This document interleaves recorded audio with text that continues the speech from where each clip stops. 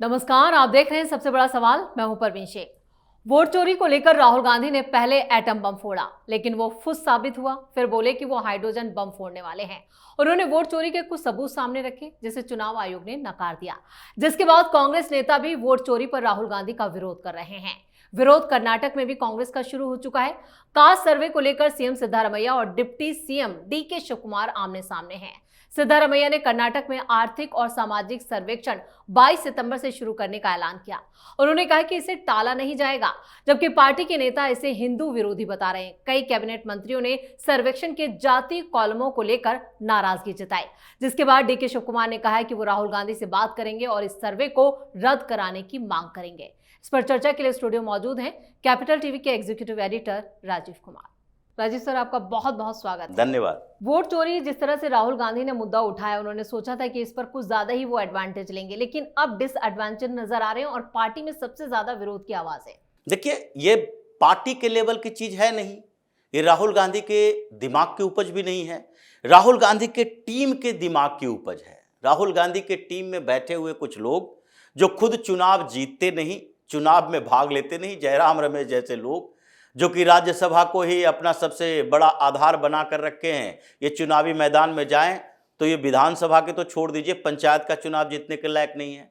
केसी वेणुगोपाल को इतना बढ़ा बढ़ा के यहाँ तक पहुँचाया, अब विधानसभा से लोकसभा तक गया है, वो उसमें भी केरल में, जहाँ पर उसके सामने कम्युनिस्ट पार्टियाँ हैं, और उन जगहों को चुनेगा जहाँ मुस्लिम पॉपुलेशन ज़्यादा है, जैसे राहुल गांधी केरल गए थे। तो ये चारों तरफ जो इनके सलाहकार बैठे हैं वो आदर्शवादी स्थितियों के बारे में सोचते हैं, और ये जो लेफ्ट विंग का इनके ऊपर कब्जा हुआ है, इन्फ्लुएंस बढ़ा है, उसके बाद राहुल गांधी को ये दिखाया जाता है दिवा स्वप्न, दिन में सपना देखो, और ये उसी यूटोपिया वर्ड की बात करते हैं, जैसे मार्क्स कहा करते थे, लेनिन कहा करते थे। अब ये मार्क्सवादी लोग मार्क्सवादी बातें सोचेंगे कि देखो भाई, एक दिन तो खूनी क्रांति होगा, पूरी दुनिया में खूनी क्रांति ऐसे होगी, कम्युनिस्ट आ जाएगा, और उसके बाद ये जो सर्वहारा वर्ग और बुर्जुआ वर्ग के बीच जो संघर्ष चल रहा है, सारे बुर्जुआ वर्ग के लोगों को खत्म कर देंगे, सर्वहारा की क्रांति होगी, और फिर पूरी दुनिया का ये जो वामपंथीकरण होगा, और फिर बाउंड्री खत्म हो जाएगी, देश नहीं होगा, राष्ट्र की सीमाएं नहीं होगी। ये यूटोपिया है, आदर्शवाद, और उसमें दिखाया जाता है, लोगों को प्रलोभित किया जाता है, भ्रमित किया जाता है, और कुछ वैसे ही भ्रमित लोग हाथों में हथियार लेकर नक्सलवादी बन जाते हैं, जो हिंदुस्तान में भी है, ये माओवादी बन जाते हैं, हाथों में बंदूक लेकर चल दिए। इतने सालों के इस आंदोलन का असर क्या हुआ? मर रहे हो, मार रहे हो, और उसके बाद कुछ सरेंडर कर रहे हो, जिसको समझ में आ गया जी। अब उन्हीं लोगों ने भ्रमित किया राहुल गांधी को कि नहीं, ये मुद्दा ऐसा है जिसका समाधान तो आगे दिखेगा नहीं, यूटोपिया है ये। आप ये साबित कर दोगे कि हाँ, इतने वोट आ गए, इतने वोट जोड़े गए, क्योंकि हर चुनाव में कुछ वोट ऐड होते हैं, कुछ वोट काटे जाते हैं। हर चुनाव से पहले कुछ लोग, जो हर रोज कुछ लोग पैदा हो रहे हैं, कुछ 18 साल के हो रहे हैं, कुछ लोगों का ट्रांसफर हो रहा है, इधर से उधर माइग्रेट हो रहे हैं, कुछ लोगों की मौत हो रही है, तो हर रोज जो लोग मर रहे हैं उनका नाम भी वोटर लिस्ट में होगा जी। तो ये जो प्रक्रिया चलती है, तो सामान्य प्रक्रिया चलती है, तो सामान्य में कुछ ऐड होते हैं, कुछ डिलीट होते हैं। अब ये राहुल गांधी को बताया गया कि देखिए, ये तो कंटिन्यूअस प्रक्रिया है, कुछ ऐड होंगे और कुछ हटाए जाएंगे, और इसको जोड़ दो वोट चोरी से, और उसके लिए एविडेंस इकट्ठा करते रहो। एक एक विधानसभा, लोकसभा, ये हाइड्रोजन बम की बात जो कर रहे हैं, वो शायद संभावना इस बात की है कि वाराणसी लोकसभा क्षेत्र, जहां से प्रधानमंत्री मोदी आते हैं, उस क्षेत्र में ये वोट चोरी का आरोप लगाएंगे। राहुल गांधी का वो हाइड्रोजन बम यही है कि अब तो सब जगह की बात कर लिए, अब सीधे प्रधानमंत्री मोदी पर हमला करो, और ये बताओ, देखो प्रधानमंत्री मोदी भी अपने क्षेत्र में वोट चोरी करके चुनाव जीते हैं। ये आइडिया यही है, इसलिए तो बोलते हैं, ये बोल रहा है जेन जेड की बात जी। जनरेशन जेड अब निकलेगा मैदान में, और बांग्लादेश की तरह, नेपाल की तरह, श्रीलंका की तरह यहां भी सड़कों पर हिंसा पैदा करेगा, फैलाएगा, और फिर तख्ता पलट कर देगा। तो इसलिए इस बात को लेकर कांग्रेस में विद्रोह हुआ जी। पिछले 3 दिनों से यह मीटिंग चल रही है। बिहार के कांग्रेस के नेताओं ने ये प्रस्ताव दिया कि अगर हम वोट चोरी को आधार बनाते रहेंगे तो चुनाव में फिसड्डी हो जाएंगे, क्योंकि हमारे साथ हमारे सामने जितनी पार्टियां हैं ये वोट चोरी का नहीं, रोजगार की बात कर रही है। प्रशांत किशोर भी सामने खड़ा है जो कि बार बार बिहार से माइग्रेशन खत्म कर देंगे, रोजगार दे देंगे, लोगों को ये सुविधाएं मिलेगी, ये बात कर रहे हैं। तो लोग उससे अट्रैक्ट हो गए कि वोट चोरी वाले से होंगे। तेजस्वी यादव भी छोड़ चुके हैं, ये अपनी यात्राओं में अपनी जगह पर ये वोट चोरी को मुद्दा नहीं बनाते, जब कोई माइक लेकर पहुंचता है तो बोलते हैं जी। तो कांग्रेस को क्या आपने समझ लिया हम लोग वोट चोरी के मुद्दे पर चुनाव लड़ेंगे? तो इसका मतलब है कि आपने मान लिया है कि बिहार में कांग्रेस खत्म हो जाए। 19 सीटें पिछली बार आई थी, इस बार 9 सीटें भी नहीं आएगी।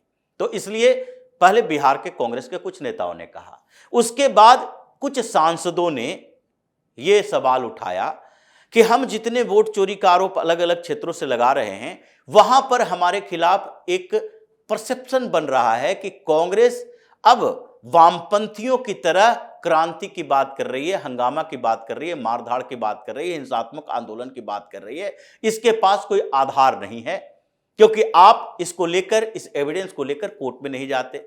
अभिषेक मनु सिंघवी से पूछा गया तो उसने कहा हमें तो पता है कि इसमें कोर्ट में हम जीत नहीं पाएंगे जी। 1 घंटे के अंदर धाराशायी हो जाएगा हमारा मामला, तो हम कोर्ट के लिए थोड़ी बने हैं, हम कोर्ट में नहीं जाएंगे, हम आरोप लगाएंगे। तो आरोप लगाओ। तो इसलिए कांग्रेस में विद्रोह चल रहा है। कम से कम 23-24 ऐसे सांसद हैं जिन्होंने पिछले 1 महीने के अंदर राहुल गांधी के सामने डायरेक्ट इनडायरेक्ट डिमांड रखी है कि हमें इस मुद्दे को छोड़ देना चाहिए। जैसे पहले एंटनी पैनल ने कहा था, एंटनी कमेटी की रिपोर्ट आई थी, उसने भी कहा था मोदी को टारगेट करना छोड़ो, भारतीय जनता पार्टी है, सरकार की बात करो, मोदी करोगे मोदी और ऊपर बढ़ेगा।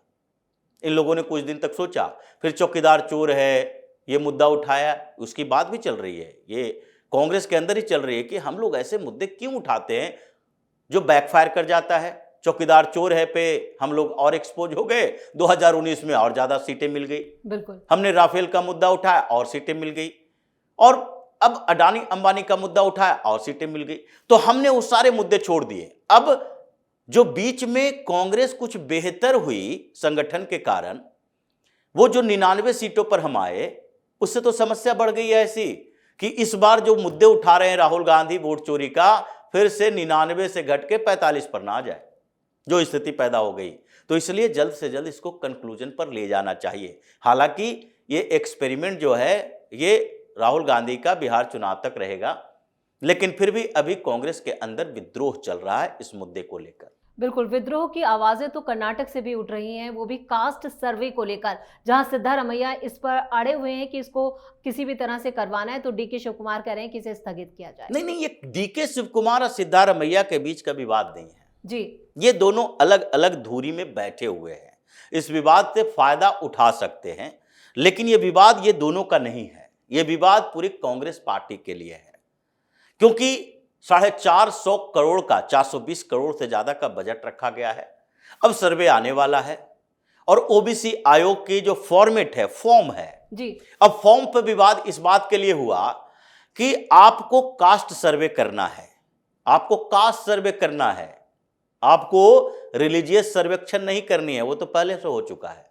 हर जगह पर पता है हिंदू कितने हैं, मुसलमान कितने हैं, क्रिश्चियन कितने हैं, सिख कितने हैं, जैन कितने हैं। कास्ट सर्वे करवाना है और कास्ट सर्वे के साथ आर्थिक सर्वेक्षण करवा रहे हो, तो उस फॉर्म में जो आप कॉलम बनाए हो उसमें मुस्लिम या क्रिश्चियन कैसे लिखा जा सकता है? सिद्धारमैया ने कहा नहीं ये बहुत बढ़िया है, क्योंकि वो भी तो भारतीय हैं, क्रिश्चियन हैं, मुस्लिम है, वो भी भारतीय हैं, और भारतीय है ही नहीं बल्कि वो हिंदू से मुसलमान अगर बन गए तो हिंदू में जो जाति थी वही जाति उनके वहां भी रहेगी, जो हिंदू में जाति थी वही क्रिश्चियनिटी में कन्वर्ट होने के बाद भी रहेगी। सवाल इसके ऊपर उठा, विवाद हुआ, और कांग्रेस के ही नेताओं ने, यानी कि कर्नाटक कैबिनेट के कुछ मंत्रियों ने इसको हवा दी और इसके खिलाफ आवाज उठाई।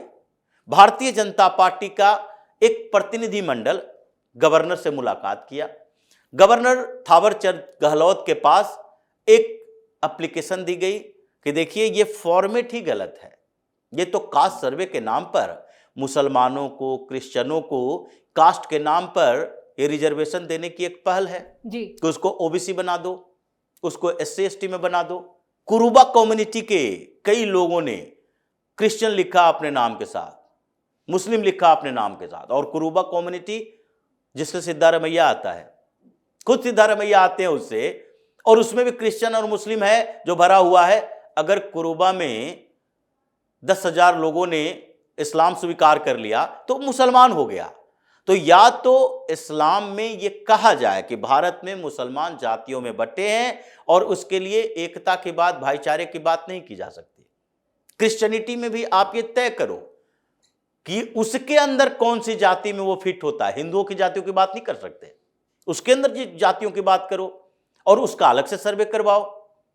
जैसे ये सर्वे मंडल कमीशन या ये कमीशन की रिपोर्ट आई तो आर्थिक और सामाजिक सर्वे हिंदू जातियों के आधार पर की गई। आप वैसे मुसलमानों को अलग से सर्वे करवाओ, क्रिश्चियनों को अलग से सर्वे करवाओ कि क्या इसमें भी पिछड़े वर्ग के लोग हैं। इसी पर हंगामा चल रहा है और इसे स्थगित करने की मांग की गई है। पहला सवाल तो गवर्नर ने उठाया, अब ये तुम करवा भी लोगे, गवर्नर का रोक लग जाएगी। लेकिन दूसरी तरफ ये समस्या आ गई। अब समस्या आ गई तो ये हिंदू मुसलमान क्रिश्चियन के बीच बात हो गई। लेकिन राजीव सर, राहुल गांधी के लिए कितनी बड़ी चुनौती है ये? देखिए, राहुल गांधी के लिए चुनौती यही है कि ये तो कास्ट सर्वे की बात कर रहे थे, यही बात चल रही थी कांग्रेस में पिछले दिनों भी जी, कि क्या हमने सोशल जस्टिस का मुद्दा हटा दिया। राहुल गांधी की बात जब चल रही थी कि वोट चोरी की बात हो रही है, पूरे देश में आप वोट चोरी की बात कर रहे हो, तो क्या सोशल जस्टिस का मुद्दा हटा दिया? क्या आपने ये खत्म कर दिया कि ओबीसी दलित जो दिन भर राहुल गांधी पहले क्या करता था, ओबीसी के कितने लोग हैं कैबिनेट में, ओबीसी के कितने लोग आईएएस अधिकारियों में, यहां तक कि इनके दिमाग में यहां तक आ गया कि बॉलीवुड में कितने ओबीसी के लोग हीरो हैं। ये भी देख रहे हैं कि राम मंदिर में जो राम मंदिर का उद्घाटन हो रहा है तो उस समय ओबीसी के कितने लोग हैं, दलित कितने गए हैं। ऐसे दिमाग भ्रमित हो गया था राहुल गांधी का कि सोते जागते ओबीसी दलित करता था। इसी बात पे कांग्रेस में अभी चर्चा चल रही है कि ओबीसी दलित का मुद्दा खत्म, अब वोट चोरी का मुद्दा उठाओगे तो ओबीसी दलित का मुद्दा खत्म होगा, भारतीय जनता पार्टी उन दोनों को अपने साथ रखेगी। यही बात चल रहा है कर्नाटक के अंदर कि अब राहुल गांधी की टेंशन ये है, कास्ट सर्वे भूल जाओ। ये कास्ट सर्वे करता था ना हर जगह जी। भारतीय जनता पार्टी ने कहा चल ठीक है भाई, मोदी साहब ने कास्ट सर्वे के अनाउंसमेंट कर दिया, अब कास्ट सर्वे इनका मुद्दा खत्म हो गया। कर्नाटक में कहा हम 50% का कैप हर जगह खत्म कर देंगे ये नए कास्ट सर्वे के बाद। तो यही सवाल उठ रहा है कि भाई कास्ट सर्वे करने वाला मुद्दा खत्म हो गया तो ये सिद्धारमैया उसका सपोर्ट कर रहा है और वहां मुद्दा उठ गया है कि कास्ट सर्वे के नाम पर कांग्रेस कर्नाटक के अंदर मुसलमानों और क्रिश्चियनों को रिजर्वेशन देने की कोशिश कर रही है। तो अब जब कोशिश करोगे तो उसमें तो कांग्रेस के अंदर ही ये बात चल रही है कि हम क्या मुसलमानों के वोट से जीत कर आते हैं। जो जीत कर आता है, जो सरकार बनाने के लिए समझौता कर सकता है करो। सो चाहे सतीश जरकी होली हो या फिर राजन्ना हो या फिर बी.आर. पाटिल जिनके क्षेत्र को लेकर यहां पर आए हैं, आलंद से वो विधायक हैं, या फिर दूसरे जी परमेश्वर हो, इन सब लोगों की बैठक चल रही है कि भाई ये हम ही लोग परेशान हैं क्योंकि सबसे ज्यादा एससी एसटी के लोग कन्वर्ट होते हैं और हम लोग एससी एसटी के नेता हैं और हमारे क्षेत्रों में ये सवाल उठ रहा है कि हमसे ही दूर हुआ है और वहीं पर जाकर हमसे ही कह रहा है कि हमारे यहाँ रिजर्वेशन छीनेंगे। तो ये कर्नाटक के अंदर विवाद फिर से बढ़ गया है और ये विवाद इतना बढ़ने वाला है कि अभी सिद्धारमैया और डीके शिव कुमार आमने सामने हुए हैं। राहुल गांधी को फैसला लेना है। डीके शिव कुमार ने कहा सिद्धारमैया से तो बात होती रहेगी, हम आला कमान से बात करेंगे, इसको स्थगित करना पड़ेगा नहीं तो कांग्रेस ही टूट जाएगी। तो ये स्थिति कर्नाटक के अंदर भी है। राहुल गांधी अब इसको संभाले पहले कर्नाटक की सरकार। अगर इस बीच मोर्चा खुल गया और कर्नाटक में ये कांग्रेस के 20-25 विधायक भाग गए तो उसके बाद इनका सारा वोट चोरी का एजेंडा जो कर्नाटक के महादेवपुरा से आलंद तक उठा के ला रहे हैं, सीआईडी की रिपोर्ट दे रहे हैं, ये सारा धरा का धरा रह जाएगा। राजीव सर, इस तमाम जानकारी के लिए और सटीक विश्लेषण के लिए आपका बहुत बहुत धन्यवाद। धन्यवाद। राहुल गांधी के वोट चोरी के मुद्दे पर अब पार्टी के अंदर ही आवाजें उठने लगी हैं। कई नेताओं ने इसका विरोध किया है, जिससे कांग्रेस के अंदर संग्राम छिड़ा है। इस बीच कर्नाटक से भी कांग्रेस के अंदर बवाल की खबरें सामने आने लगी हैं, जिससे कांग्रेस की सत्ता डगमगाने लगी है। यानी कर्नाटक में कभी भी बड़ा धमाका हो सकता है, जिससे राहुल गांधी को बड़ा झटका लग सकता है। इस खास शो में इतना ही। वीडियो कैसा लगा कमेंट करके अपनी राय जरूर दें। वीडियो को लाइक करें, शेयर करें और कैपिटल टीवी को सब्सक्राइब जरूर करें।